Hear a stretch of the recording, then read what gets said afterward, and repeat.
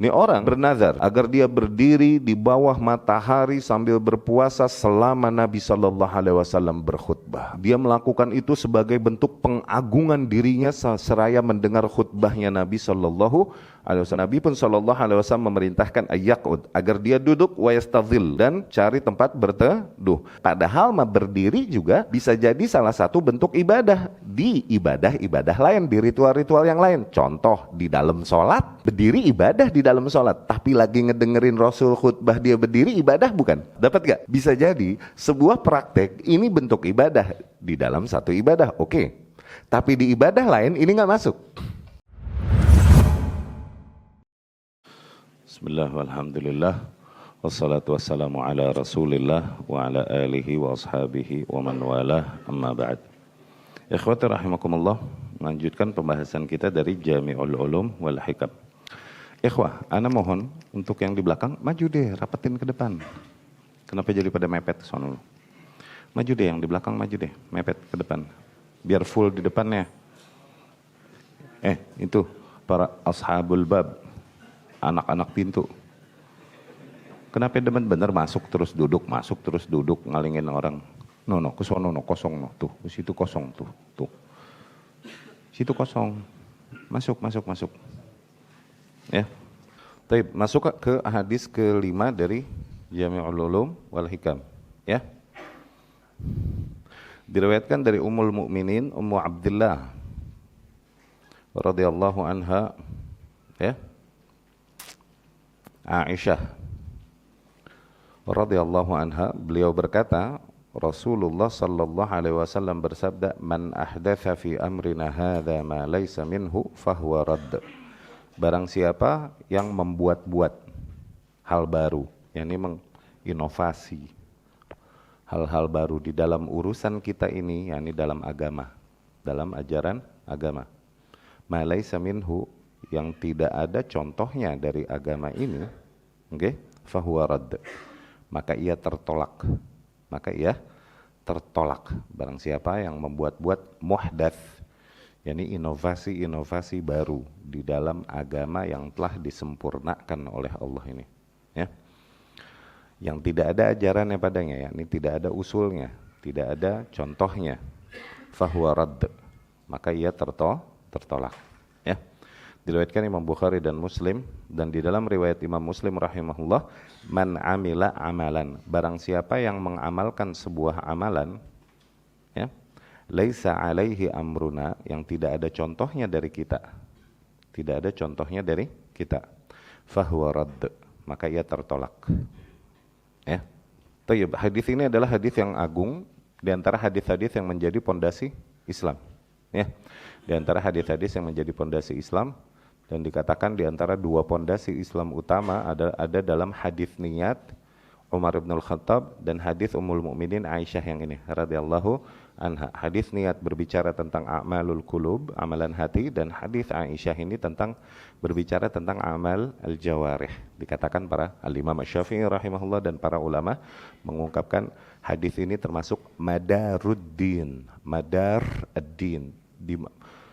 nilai yang dimana agama berporos padanya, ya, nilai yang dimana agama berporos padanya, ya. Qala rahimahullah, al-Imam rahimahullah berkata, hadis ini kharrajah fi sahihain, diriwayatkan di dalam sahihain, dalam Sahih Bukhari dan Muslim, dari riwayatnya Qasim bin Muhammad, dari amehnya tuh, dari bibinya, yakni Aisyah radhiyallahu anha. Qasim ini Qasim bin Muhammad bin Abi Bakar, anaknya Abu Bakar, saudaranya Ummul Mukminin Aisyah. Nah, Qasim meriwayatkan dari ammahnya, dari encing, ya, dari bibinya, ya, dari saudari bapaknya Ummul Mukminin Aisyah radhiyallahu anha. Wa alfadhuhu mukhtalifah, dan lafaz hadis ini, yakni redaksinya berbeda-beda, tapi maknanya mutaqarib, maknanya dekat satu sama lain, ya. Dan di dalam beberapa redaksinya, fi ba'd alfadhih man ahdatsa fi dinina, barang siapa yang membuat hal-hal baru di dalam agama kita ini, tuh, ya. Yani redaksi yang berbeda-beda ketika kita mengumpulkan sanad, ini fungsinya diantaranya adalah di mana seringkali redaksi itu mentafsirkan satu sama lain, ya, mengkhususkan, membayan, mengkhususkan atau mengkoyat satu sama lain, ya.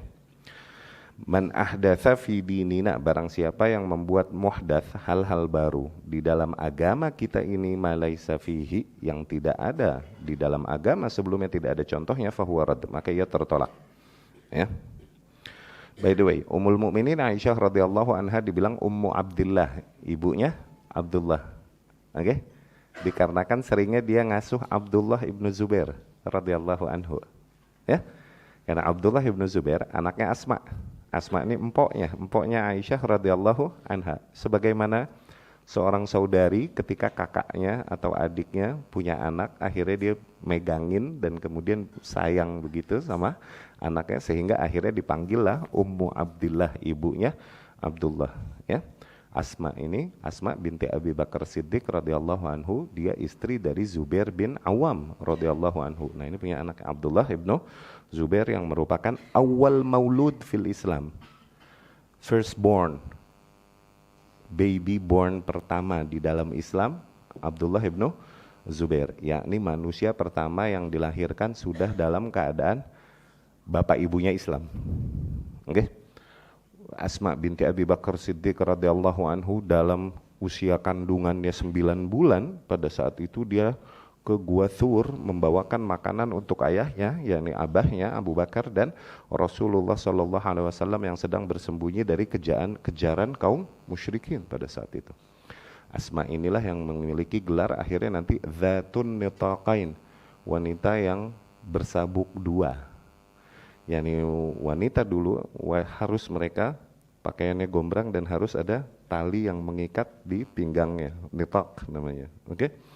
Nah, pada saat membawa makanan untuk Rasulullah dan Abu Bakar Siddiq radhiyallahu anhu di Thur untuk ayahnya dan Rasulullah, pada saat itu dia memerlukan tali untuk mengikat makanan ini. Akhirnya nitaqnya ini, sabuknya dirobek dua. Satu dipakai buat mengikat makanan, satunya tetap dipakai buat mengikat pinggangnya, ya. Dari situ disebutlah dia Dzatun Nitaqain di antara lakab-lakabnya, ya, di antara julukan-julukan beliau radhiyallahu anha. Wanita yang terkenal luar biasa dengan keimanan yang teguh dan sangat tangguh, sehingga ketika Abu Jahal, Abu Lahab and the gang mendobrak rumah Abu Bakar Siddiq radhiyallahu anhu dan mencari Abu Bakar, okay? Karena Rasul Shallallahu Alaihi Wasallam pergi diam-diam bersama Abu Bakar radhiyallahu anhu, dan para kaum musyrikin yang udah menunggu di depan rumahnya nih nggak melihat kepergian Rasul di hadapan mereka, karena Rasul mengambil sejumput tanah dan dilemparkan ke arah mereka sambil berkata syahatil wujuh, ya kan, sehingga mereka tak melihat Rasul lewat Shallallahu Alaihi Wasallam. Kemudian bersama Abu Bakar pergi meninggalkan Mekah. Sehingga ketika datanglah syaitan, di antara syaitan berwujud manusia mengatakan kepada mereka, Muhammad udah pergi, gitu. Barulah mereka mulai bergerak, mereka ngedobrak pintu Rasul, tidaklah mereka temui di rumah Rasul tidur di atas kasurnya kecuali Ali bin Abi Thalib radhiyallahu anhu. Lihat Ali bin Abi Thalib ini radhiyallahu anhu, dia mempertaruhkan nyawanya untuk menyelamatkan Rasulullah Sallallahu Alaihi Wasallam. Dia pertaruhkan nyawanya, dia berada di posisi dan di kasurnya Rasulullah Sallallahu Alaihi Wasallam. Kalau langsung disikat, ya kan? Karena dia begitu mulia mempertaruhkan nyawanya di ranjang Rasulullah Sallallahu Alaihi Wasallam, dimuliakanlah ranjangnya kelak dengan putrinya Rasulullah Sallallahu Alaihi Wasallam, Fatimah radhiyallahu anha. Dapat. Kemudian Abu Bakar disamperin rumahnya oleh para kaum musyrikin dan didobrak, tidaklah ditemui kecuali ada Asma doang.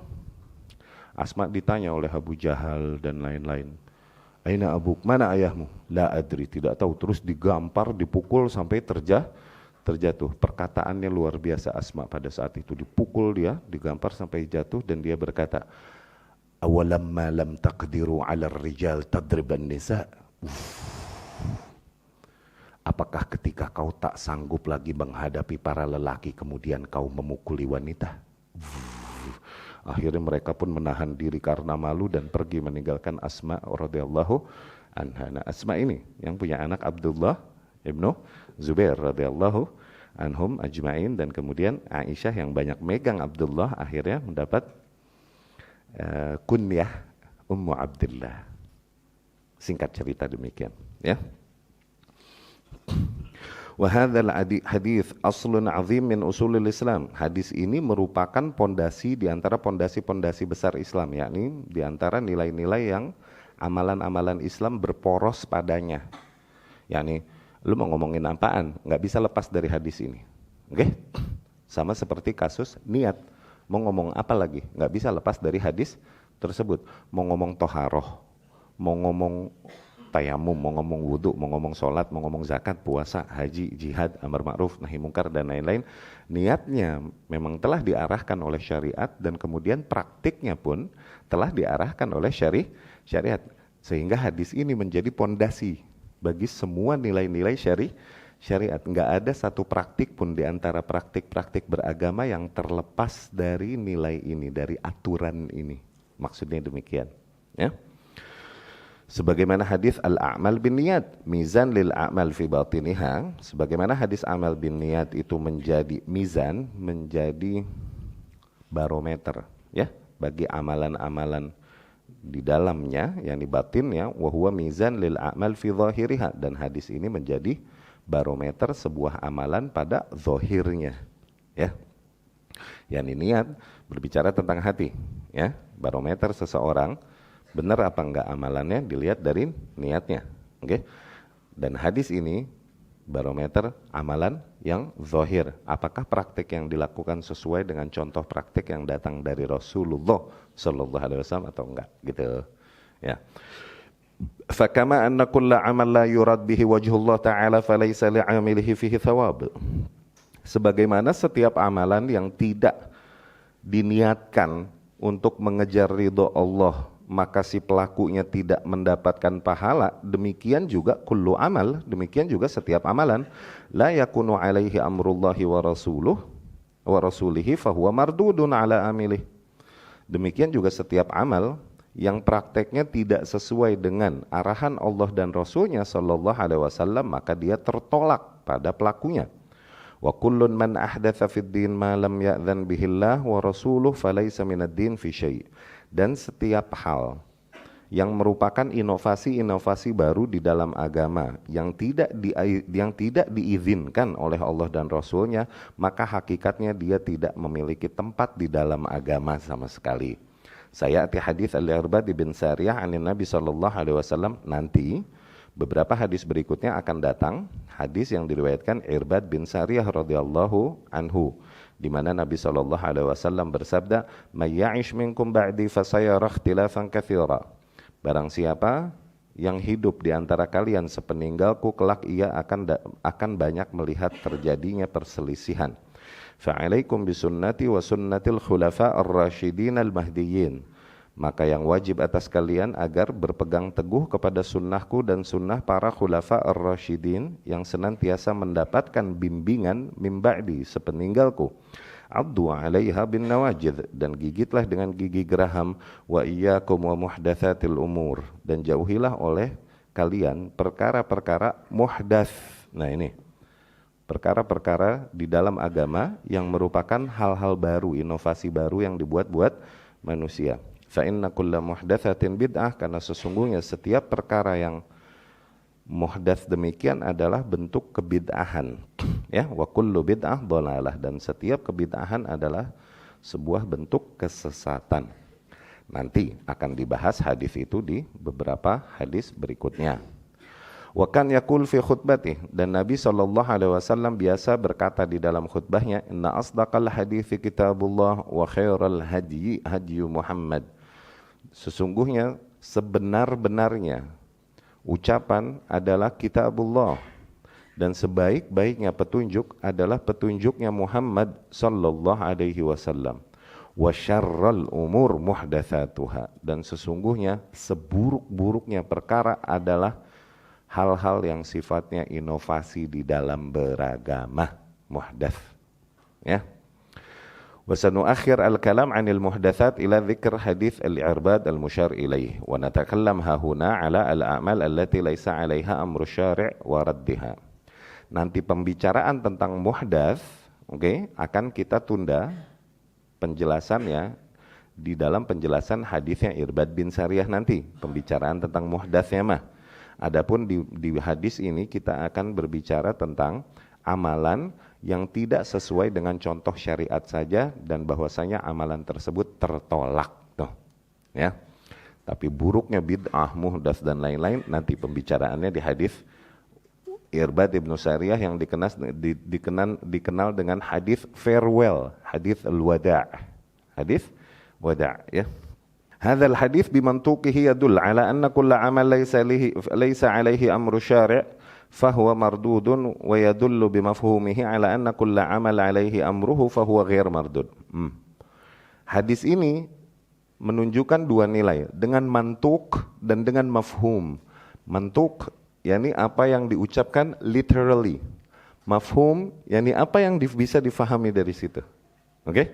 Yang diucapkan literally dapat diambil nilai dari sini bahwasanya setiap amalan yang tidak ada bimbingan syariat, contoh dari syariat dari Allah Subhanahu wa taala, dari Rasulnya di dalam hal tersebut, maka dia tertolak. Secara literally dapat ditangkap demikian kan? Namun secara mafhum, yakni secara explicit, apa? Implisit ya? Implisit. Iya. Kalau licin kepleset jalan. Bisa aja loh. Ya, secara implisit sama eksplisit. Ya, begitu ya, Sah. Iya. Nah, secara implisit maka dapat ditangkap bahwa sebuah amalan baru diterima kalau sesuai dengan contoh dari syariat. Maknanya demikian. Ya, secara mafhum dapat ditangkap demikian berarti, gitu. Wal murad bi amrihi hahuna dinuhu wa syar'uh. Tuh. Dan yang dimaksud dengan amr di sini, yakni perintah Allah di sini ya. Man ahdatsa fi amrina, tuh barang siapa yang membuat perkara baru, membuat hal-hal baru di dalam perkara kita ini, tuh amr di sini yang dimaksud adalah agamanya Allah wa syar'uh dan syariatnya. Seperti yang dimaksud oleh Rasul di dalam riwayat yang lain, man ahdatsa fi amrina hadza ma laisa minhu fahuwa radd. Barang siapa yang membuat hal-hal baru di dalam perkara kita ini, yakni di dalam agama dan syariat ini, ya. Fal ma'na idzan anna man kana 'amaluhu kharijan 'ani syara' laisa mutaqayyadan bi syara' fahuwa mardud. Maka maknanya dapat disimpulkan bahwasanya barang siapa yang amalannya di luar dari syariah dan tidak terikat dengan contoh dan bimbingan syariat, maka tertolak, ya. Maka dari situ seorang hamba terkena kewajiban ketika dia mengkhawatirkan agamanya, dia peduli kepada agamanya, dia terkena kewajiban menuntut ilmu dari situ. Dia harus mengetahui apakah amalan yang aku lakukan ini memang sesuai dengan contoh Rasul tidak sallallahu alaihi wasallam. Dan seorang hamba harus benar-benar istiqlal, integrated, istiqlal, independen di dalam hal tersebut. Terlepas dari ikatan-ikatan yang seringkali mengikat para manusia dari nilai-nilai ajaran taklid turun-temurun dan yang berada di lingkungan sosialnya. Karena seseorang merasa telah beragama seringkali ketika dia mengikuti nilai yang berjalan di kaumnya aja, tanpa mau melihat apakah hakikatnya nilai ini ada contohnya dari syariat atau tidak. Tuh. Dengan hadis demikian akhirnya kita dapat tangkap betapa urgennya untuk setiap individu muslim untuk menuntut ilmu. Menuntut ilmu agama wajib fardu ain ke atas setiap muslim. Minimal untuk apa yang berkaitan dengan kewajibannya saja. Gitu. Adapun untuk mendalami ilmu agama dengan dalam, terus mengetahui dalamnya dan kemudian sub-sub keilmuannya, bahkan ikhtilaf ulama pada itu dan ini itu oke, fardu kifayah sifatnya. Tapi bagi setiap individu muslim yang masih terkena kewajiban sebatas kewajibannya, dia wajib bertauhid gak? Wajib. Maka wajib dia menuntut ilmu tentang tauhid. Dia wajib gak di dalam ibadahnya mengikuti contoh Rasul sallallahu alaihi wasallam? Wajib. Maka wajib dia menuntut ilmu tentang ibadah-ibadah yang dilakukannya tersebut. Salatnya, zakatnya, puasanya, hajinya, umrohnya dan lain-lain, apakah sesuai dengan contoh yang datang dari Rasulullah Sallallahu alaihi wasallam. Enggak ada jalan lain untuk seorang hamba bisa menyesuaikan ibadahnya dengan yang dicontohkan syariat kecuali melalui jalan menuntut ilmu. Enggak ada jalan lain, enggak mungkin ada jalan lain. Ya, kalau ada seorang hamba yang mengaku dia mendapatkan ilmu tanpa proses menuntut ilmu, maka pengakuannya dusta hakikatnya. Ya, sebagaimana yang disyiarkan oleh kelompok sufi namanya ilmu laduni, tau gak lu? Laduni. Jadi ini anak toto pinter, wow jenius tuh. Ya kan contoh ilmu laduni siapa? Imam Ghazali. Lo nggak tahu Imam Ghazali ngaji sampai keder berapa kali Imam Ghazali baru nemu manhaj yang hak mau meninggal rahimahullah, ya kan, dan lain-lain. Laisa alaihi amruna isyarah ila anna a'malal amilin kulluhum yanbaghi an takun tahta ahkam syariah. Tuh, barang siapa yang mengamalkan sebuah amalan tuh laisa alaihi amruna, yang tidak ada contoh kita di dalam hal tersebut, tidak ada perintah kita, maksudnya tidaklah kita ajarkan dalam hal itu. Ini isyarat bahwasanya amalan-amalan para manusia seluruhnya haruslah berada di bawah hukum syariat. Fatakun ahkam asy-syariah hakimah 'alaiha bi amriha wa nahiha. Tuh, maka hukum syariat yang ada harus menjadi hakim ke atas amalan-amalannya, ya. Hukum syariat yang terkandung di dalamnya dengan seluruh bentuk perintah dan larangannya.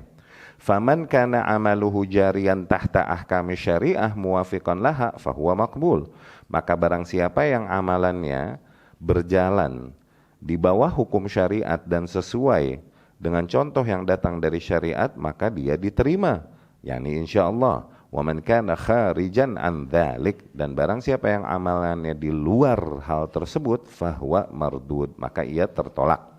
Dan a'mal kisman, amalan ada dua jenis, dua bagian, ada ibadat dan muamalat. Tuh, ada sifatnya hablum minallah sama hablum minan nas, ya. Fa'ammal ibadat fama kana minha kharijan an hukmillahi wa rasulihi bil kulliyah fahuwa mardudun ala amilih. Tuh, adapun amalan-amalan yang sifatnya ibadah itu maksudnya ritual, ya. Ritual yang di luar hukum Allah dan Rasulnya secara keseluruhan, yakni ibadah atau ritual tersebut memang benar-benar sama sekali tidak ada contohnya dari Allah dan Rasulnya Sallallahu Alaihi Wasallam, maka dia mardud ala amilih, maka amalan tersebut tertolak total, ya, ke atas pelakunya. Wa amiluhu yadkhul tahta qaulihi ta'ala, dan si pelakunya akhirnya dia tercakup di dalam firman Allah Subhanahu wa taala, am lahum syuraka syara'u lahum minad din ma lam ya'zam bihillah. Apakah mereka memiliki sekutu-sekutu lain yang membuatkan agama baru bagi mereka yang tidak diizinkan Allah? Tuh, yakni apakah mereka punya sesembahan-sesembahan lain selain Allah yang membuatkan bentuk-bentuk beragama baru bagi mereka yang tidak ada keterangannya dari Allah Subhanahu wa ta'ala? Tuh, dikhawatirkan mereka tuh begitu. Karena kalau mereka menyembahnya Allah, mengikutinya Rasul, harusnya mereka nggak melakukan ibadah itu. Karena agama yang datang dari Allah dan Rasul tidak mengajarkan itu. Ketika mereka melakukan itu seolah-olah mereka punya Tuhan lain yang bikinin syariat baru buat mereka. Mereka punya nabi lain yang bikinin contoh baru buat mereka. As if, seolah-olah. Ya. Faman taqarraba ilallah bi'amal lam yaj'alhu Allahu wa rasuluhu qurbatan ilallah fa'amaluhu batilun mardudun alaihi. Tuh, maka barang siapa yang mencoba PDKT kepada Allah, tuh, mencoba mendekatkan diri kepada Allah, yakni seseorang melakukan ibadah, tujuannya kan pendekatan diri kepada Allah kan. Barang siapa yang melakukan upaya demikian, dengan sebuah amalan yang Allah sendiri dan Rasulnya Sallallahu Alaihi Wasallam tidak menjadikan amalan tersebut sebagai bentuk pendekatan diri kepada Allah, maka amalannya tersebut batil, tertolak atasnya. Wa huwa syabih bihalil ladzina kanat salatuhum indal baiti muka'an wa tasdiyah. Kondisi orang demikian serupa dengan orang-orang yang sholatnya di Ka'bah pada saat itu dalam bentuk muka dan tasdiyah, siulan-siulan dan claps dan tepukan-tepukan tangan. Jadi orang jahiliyah dulu ibadahnya nih di Masjidil Haram di Ka'bah nih dengan heheotan, ya, siul sambil kekeprok tuh. Dan mereka mengira ini mendekatkan diri kepada Allah Subhanahu wa ta'ala. Nah, mereka yang melakukan amalan-amalan yang enggak diajarkan Allah dan Rasulnya Sallallahu Alaihi Wasallam sebagai bentuk pendekatan dirinya, ini rupanya kayak mereka, ya, serupa dengan mereka. وهذا كمن تقرب إلى الله تعالى بسماع الملاهي أو بالرقص أو بكشف الرأس في غير الإحرام وما أشبه ذلك من المحدثات التي لم يشرع الله ورسوله التقرب بها بالكلية. Perumpamaan mereka seperti orang-orang yang mendekatkan diri kepada Allah dengan cara mendengar malahi, yakni mendengar irama-irama, dendangan-dendangan atau irama-irama seiring dengan tarian-tarian atau dengan membuka kepala dalam kondisi selain ihram atau hal-hal serupa demikian yang termasuk bentuk muhdatsat, tuh bentuk hal-hal yang sifatnya inovasi-inovasi baru di dalam agama yang tidak disyariatkan oleh Allah dan Rasulnya Sallallahu Alaihi Wasallam untuk mendekatkan diri kepada Allah dengan cara itu sama sekali bil kulliyah. Okay? Yang sebagian kaum melakukan pendekatan diri kepada Allah dengan musik dan dengan tarian sufi, ya, cupi. Kadang mereka muter-muter itu dan dengan, ya nih dengan instrumen-instrumen, okay? Atau di antara mereka ada yang kemudian menjemur dirinya di bawah matahari. Mereka katakan itu di antara bentuk pendekatan diri kepada Allah Subhanahu wa ta'ala, padahal itu tidak disyariatkan sama sekali oleh Allah dan Rasulnya Sallallahu Alaihi Wasallam sama sekali. Walaysa makana qurbah fi ibadah yakun qurbah fi ghairiha mutlaqan. Awas. Dan juga by the way mesti difahami nih, bukanlah sebuah amalan yang menjadi bentuk pendekatan diri kepada Allah di dalam sebuah ibadah menjadi bentuk mendekatkan diri kepada Allah di dalam ibadah yang lain. Belum tentu. Awas. Bukanlah sebuah amalan yang dimana di dalam satu ibadah amalan itu sebagai bentuk pendekatan diri kepada Allah benar, okay, menjadi sebuah bentuk pendekatan diri kepada Allah di ibadah yang lain. Enggak mesti begitu. Awas. Ya. Kalaupun ini disyariatkan, tapi disyariatkannya di situ, bukan di sini. Awas. Ketika dipaksakan ngaco. Ya. Jadi baru lagi ujungnya. Faqad ra'a Nabi sallallahu alaihi wasallam rajulan qa'iman fi syams. Di antaranya kasusnya nih. Nabi sallallahu alaihi wasallam melihat seseorang berjemur, fasa'ala anhu, dan Rasul berkata tentangnya, waqil, dan dikatakan innahu nazar ayyaqum wa la yaq'ud wa la yastadhil wa ayyasum. Sesungguhnya dia bernazar. Tuh, najarnya berjemur jauh. Dia bernazar untuk terus berdiri dan tidak duduk dan tidak ngiuhan. Tuh, yastadhil yakni ngiuhan. Apa? Berteduh, tidak berteduh. Dan dia berpuasa dalam kondisi demikian. Maka amarahun Nabi sallallahu alaihi wasallam, Nabi pun sallallahu alaihi wasallam memerintahkan ayyaqud, agar dia duduk, wa yastadhil, dan cari tempat berteduh, wa ayyutimma saumah, tapi puasanya terusin. Ya. Falam yaj'al qiyamahu wa buruzahu fi syams qurbatan yuwaffi binadriha. Di situ jelas Nabi SAW tidak membenarkan berdirinya dia dan berjemurnya dia sebagai bentuk ibadah yang harus dia tepati dan penuhi nazarnya di situ. Nabi enggak benarkan. Wa qad ruwiya, diriwayatkan, anna dzalika kan fi yaumi jum'ah inda sima' khutbatin Nabi sallallahu alaihi wasallam, bahwasanya kejadian itu pada saat itu terjadi insiden, ya. Insiden itu terjadi pada saat khutbah Nabi sallallahu alaihi wasallam hari Jumat. Wa huwa 'alal mimbar, ketika Nabi berada di atas mimbar.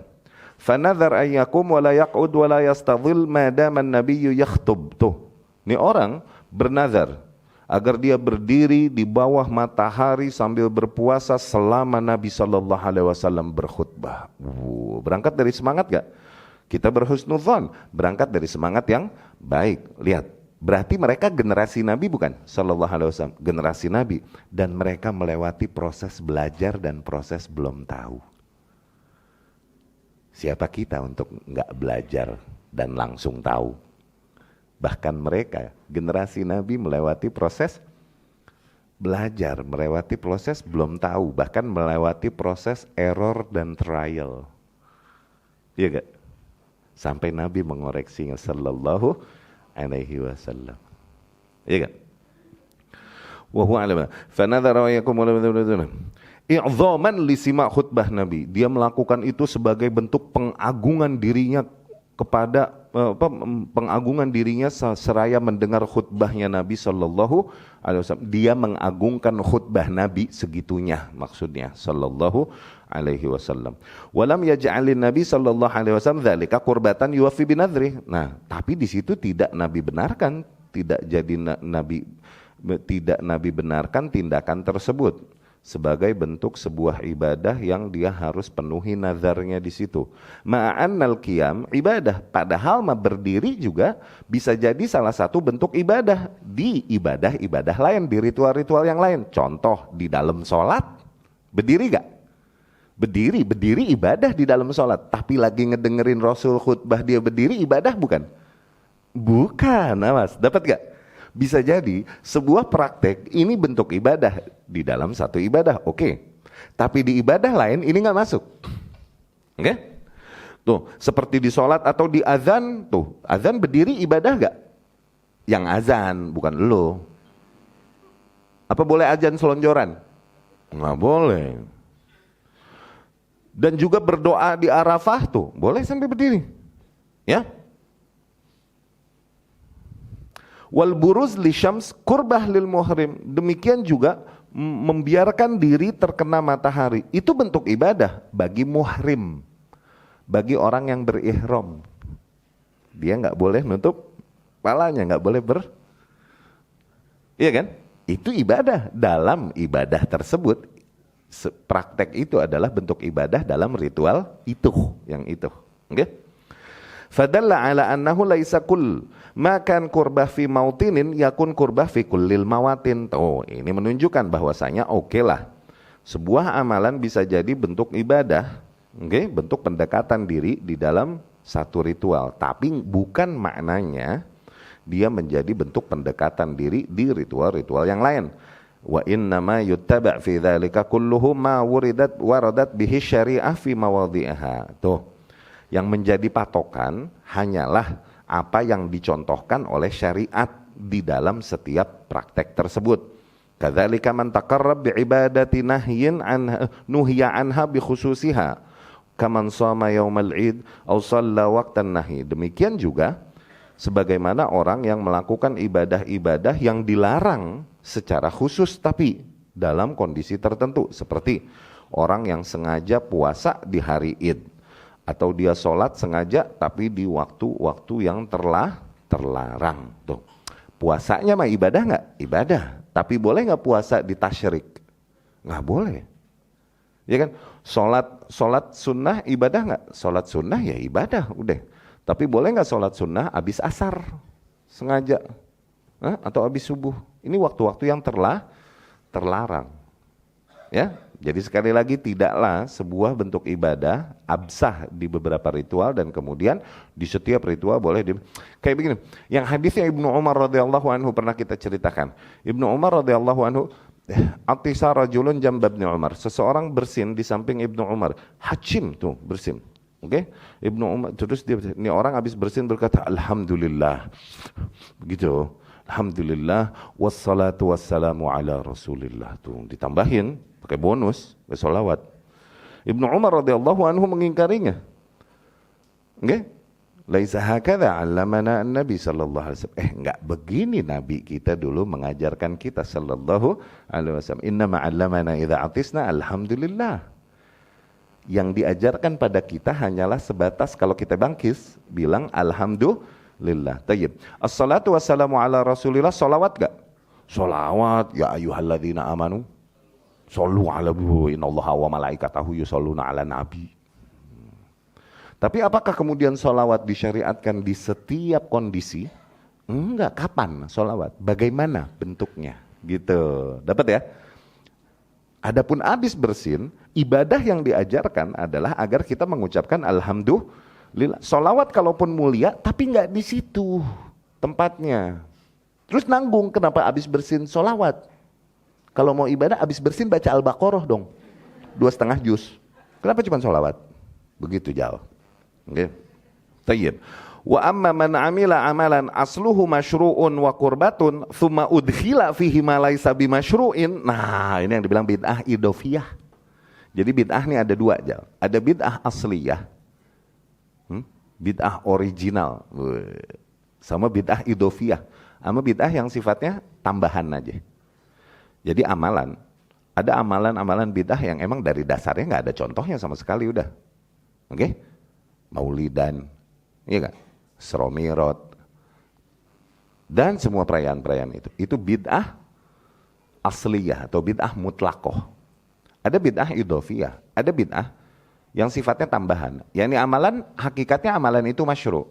Cuman ada inovasi-inovasi tambahan-tambahannya. Seperti sebagian kaum yang kita alami sendiri dulu di Sukabumi. Habis si imam mengatakan Rabbi ghairil maghdubi alaihim waladdallin. Ini imam bilang dulu Rabbighfirli, baru amin tuh. Ini di Jawa Barat berjalan tuh sebagian. Nah, hakikatnya baca jahar amin ini sunnah nggak?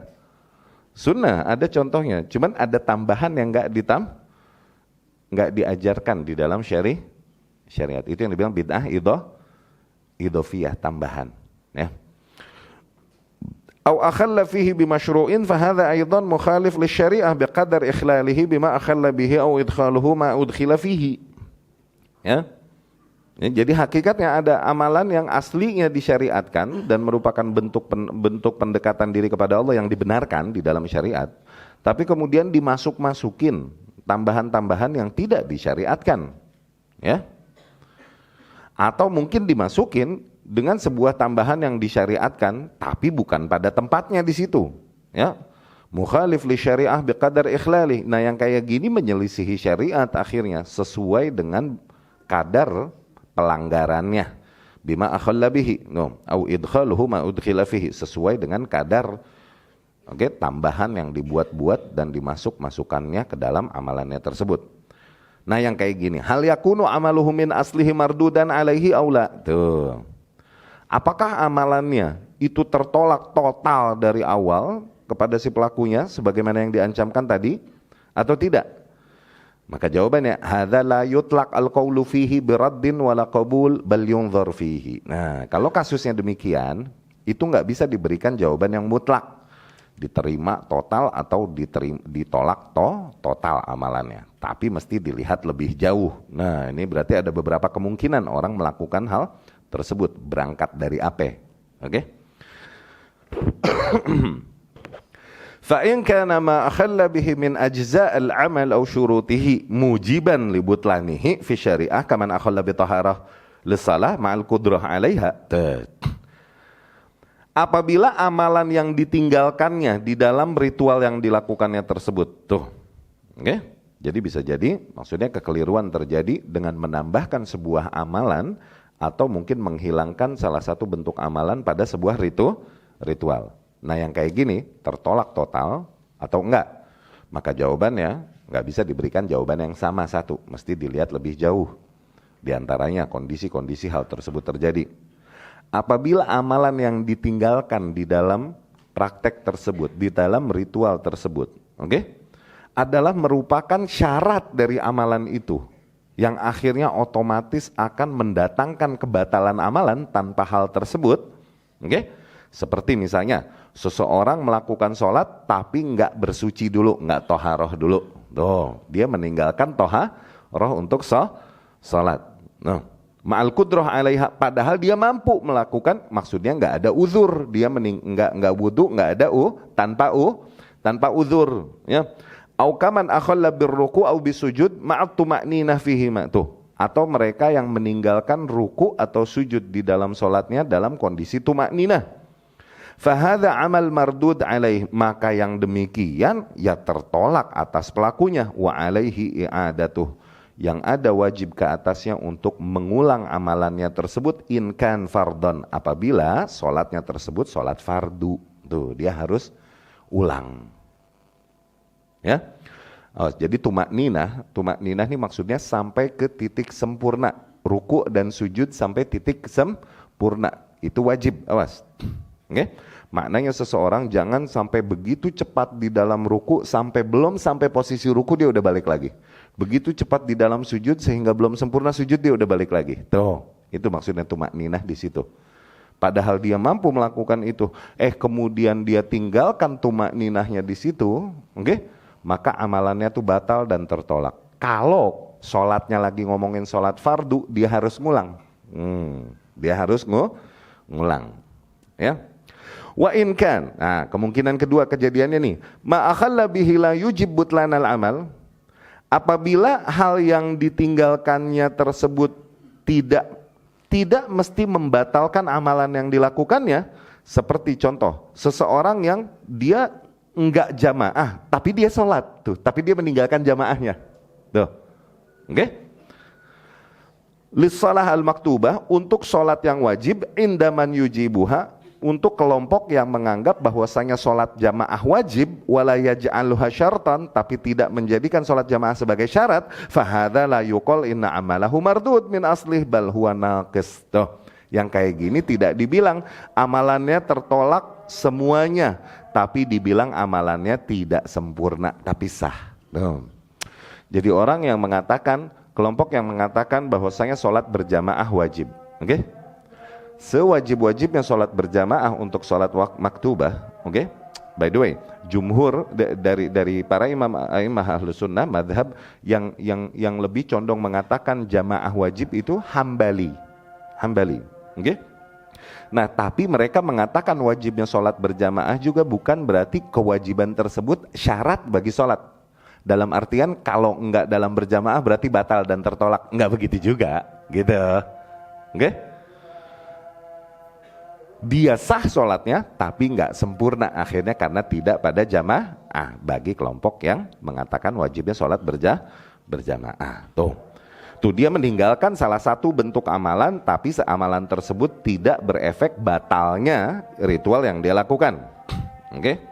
Fahadha la yuqal inna amalahu mardud. Nah yang kayak gini tidak dibilang amalannya tertolak total min aslih dari asalnya, bal huwa naqis, tapi terhitung amalannya naqis, tidak sempurna aja. Tuh.